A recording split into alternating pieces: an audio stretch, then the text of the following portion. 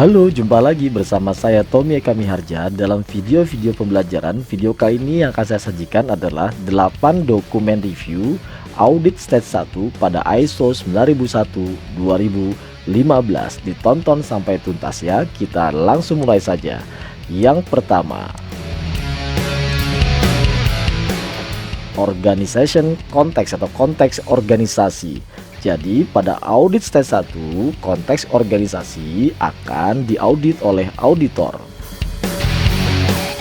Review konteks organisasi meliputi dua hal. Yang pertama adalah identifikasi isu-isu internal dan eksternal yang terkait tujuan strategis organisasi dan yang akan mempengaruhi kemampuan sistem manajemen mutu untuk mencapai tujuan yang direncanakan. Yang kedua, identifikasi kebutuhan dan harapan pihak terkait atau stakeholder seperti pelanggan atau customer, pemasok, pemerintah, dan pemilik. Yang kedua, ruang lingkup bisnis.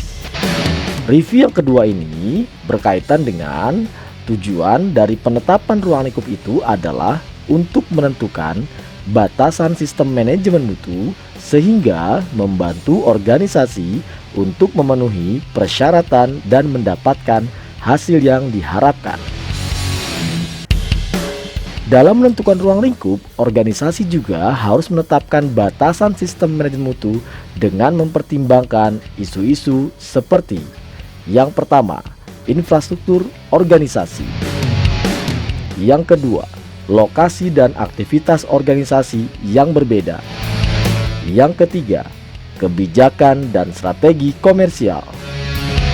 Yang keempat, fungsi, aktivitas, proses, produk, dan layanan yang terpusat atau eksternal.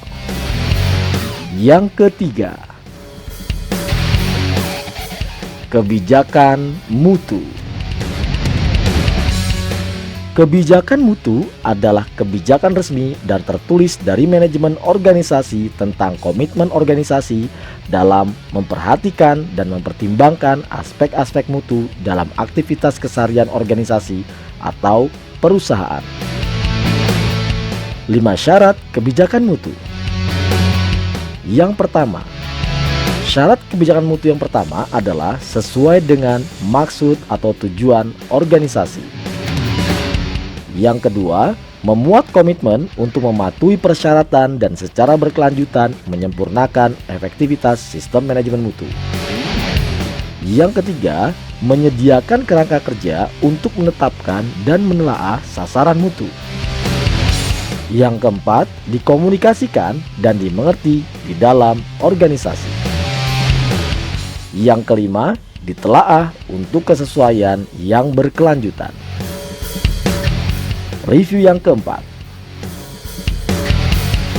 sasaran mutu. Sasaran mutu adalah target mutu yang ingin dicapai oleh organisasi atau perusahaan yang sesuai dengan harapan pelanggan. Penetapan sasaran mutu dilakukan oleh pimpinan departemen atas persetujuan dari manajemen puncak berdasarkan bisnis plan perusahaan dan persyaratan pelanggan atau customer requirement. Yang kelima, status kaji ulang manajemen. Kaji ulang manajemen ISO 9001-2015 merupakan kegiatan yang bertujuan untuk mengevaluasi efektivitas dan efisiensi penerapan sistem manajemen mutu di organisasi yang telah ditetapkan dalam dokumen sistem manajemen mutu serta mengkaji hal-hal yang berkaitan dengan perbaikan, tindak lanjut, serta rencana program ke depannya. Yang keenam, status proses audit internal. Program audit internal harus dilakukan untuk memonitor dan mengukur kesesuaian penerapan dan kinerja sistem manajemen mutu di seluruh bagian yang menerapkannya. Pelaksanaan audit internal sistem manajemen mutu menghasilkan laporan audit internal yang terdiri dari jadwal pelaksanaan audit internal sistem manajemen mutu, daftar periksa atau checklist yang digunakan oleh auditor internal sistem manajemen mutu, dan laporan tindakan perbaikan dan pencegahan jika ditemukan adanya ketidaksesuaian dalam pelaksanaan audit internal sistem manajemen mutu. Yang ketujuh, proses resiko dan peluang. ISO 9001-2015 mendefinisikan resiko sebagai dampak dari ketidakpastian pada hasil yang diharapkan. Dampak adalah penyimpangan dari yang diharapkan. Apabila positif, kita kenal sebagai peluang, maupun negatif yang kita kenal sebagai resiko.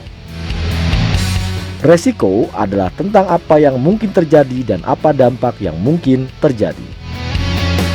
Resiko juga mempertimbangkan seberapa besar kemungkinannya untuk terjadi. 8. Pengetahuan organisasi. Pengetahuan organisasi adalah pengetahuan khusus tentang organisasi yang berasal dari pengalaman kolektif atau pengalaman individu dari orang-orangnya. Pengetahuan ini dapat digunakan untuk mencapai tujuan kualitas atau mutu organisasi atau hasil yang diinginkannya. Jika Anda sudah memahami 8 review tadi, saya ucapkan selamat menjalankan audit stage 1. Saya Tome Kamiharja, sampai jumpa.